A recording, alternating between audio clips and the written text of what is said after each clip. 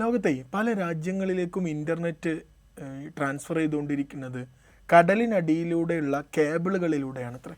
അങ്ങനെയുള്ള ഒരു കേബിൾ, അതായത് നമ്മുടെ റെഡ് സീ ഉണ്ടല്ലോ, ചെങ്കടലിനടിയിലുള്ള അടിയിലൂടെ പോകുന്ന ഒരു ഇൻ്റർനെറ്റ് കേബിൾ കട്ടായിപ്പോയ ഒരു വാർത്ത 2 ദിവസം മുമ്പ് പുറത്തു വന്നിട്ടുണ്ടായിരുന്നു. അതിനെ തുടർന്ന് പല രാജ്യങ്ങളിലും ഇൻ്റർനെറ്റ് ഡൗൺ ആയിപ്പോയ ഒരു വാർത്ത പുറത്തു വന്നിട്ടുണ്ടായിരുന്നു. അതെ, ഇന്ത്യ, പാകിസ്ഥാൻ, UAE പോലെയുള്ള വ്യത്യസ്ത രാജ്യങ്ങളിലെ കേബിളുകളാണ് ഈ കട്ടായതെന്നാണ് വിവരങ്ങൾ നമുക്ക് ലഭിക്കുന്നത്. അത് വലിയ കമ്പനികളെയൊക്കെ ബാധിച്ചിട്ടുണ്ട്, വലിയ തോതിൽ ബാധിച്ചിട്ടുണ്ട്. പല രാജ്യങ്ങളിലെയും കണക്ടിവിറ്റിയുടെ തോത് ഏകദേശം 41% കുറഞ്ഞതായിട്ട് റിപ്പോർട്ടുകൾ കാണുന്നുണ്ട്. ഇപ്പോൾ ലോകത്ത് നിലവിലുള്ള ഇൻ്റർനെറ്റിൻ്റെ ബാക്ക് ബോൺ എന്ന് പറയുന്നത് ഇങ്ങനെ കടലിനടിയിലൂടെ പോയിക്കൊണ്ടിരിക്കുന്ന ഈ കേബിളുകളിലൂടെയാണ് അത്രേ.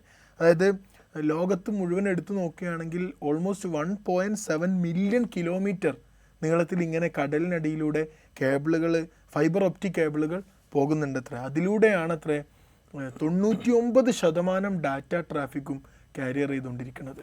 ഇതിൽ വളരെ പ്രധാനപ്പെട്ട വേറൊരു കാര്യം, യൂറോപ്പ്, ഏഷ്യ, ആഫ്രിക്ക റൂട്ടുണ്ട്. ആ ചാനലിലെ കേബിളാണ് ഈ ഡിസ്കണക്റ്റ് ആയിട്ടുള്ളതാണ് നമുക്ക് മനസ്സിലാവുന്നത്. ലോകത്തിൻ്റെ ഇൻ്റർനെറ്റ് കണക്ടിവിറ്റിയുടെ 17% കടന്നു പോകുന്നത് ഈ ചാനൽ വഴിയാണ്. അവിടെയാണ് ഇങ്ങനെയൊരു ഈ ഡിസ്കണക്ഷൻ സംഭവിച്ചിട്ടുള്ളത്. സാധാരണ ഇങ്ങനെയുള്ള കേബിളുകൾ തകരാറുള്ളത് 3 വിധത്തിലാണ്.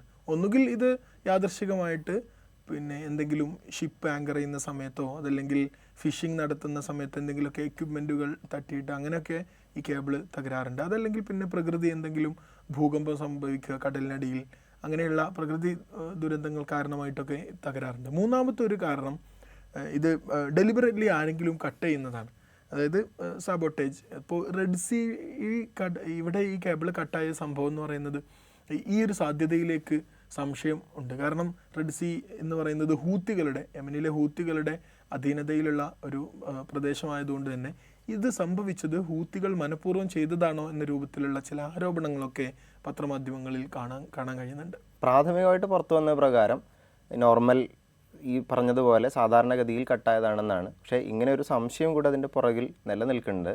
ഏതായിരുന്നാലും ഇത് വലിയ തോതിൽ നമ്മളുടെ എല്ലാ മേഖലകളെയും വലിയ തോതിൽ ബാധിച്ചിട്ടുണ്ട്. കാരണം ഒരുപാട് രാജ്യങ്ങളുടെ, ചെറിയ ഏരിയകൾ മാത്രമല്ലല്ലോ, ഒരുപാട് രാജ്യങ്ങളുടെ കണക്ടിവിറ്റിയെ ഈ രൂപത്തിൽ ബാധിക്കുന്നു എന്ന് പറയുന്നത് അത് ആ രാജ്യങ്ങളുടെയൊക്കെ സാമ്പത്തിക ക്രമത്തെയും അതിൻ്റെ ഒരു സുഗമമായ ഒഴുക്കിനെയൊക്കെ ബാധിക്കുന്നത് തന്നെയാണ്.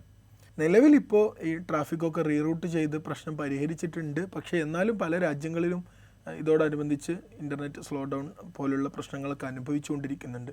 ഇപ്പോൾ എലോൺ മസ്ക് സ്റ്റാർലിങ്ക് പോലുള്ള പ്രൊജക്റ്റുകൾ കൊണ്ടുവരുന്നുണ്ടല്ലോ, അതായത് സാറ്റലൈറ്റ് വഴി ലോകത്ത് മുഴുവൻ ഇൻ്റർനെറ്റ് വിതരണം ചെയ്യാൻ എന്നത്.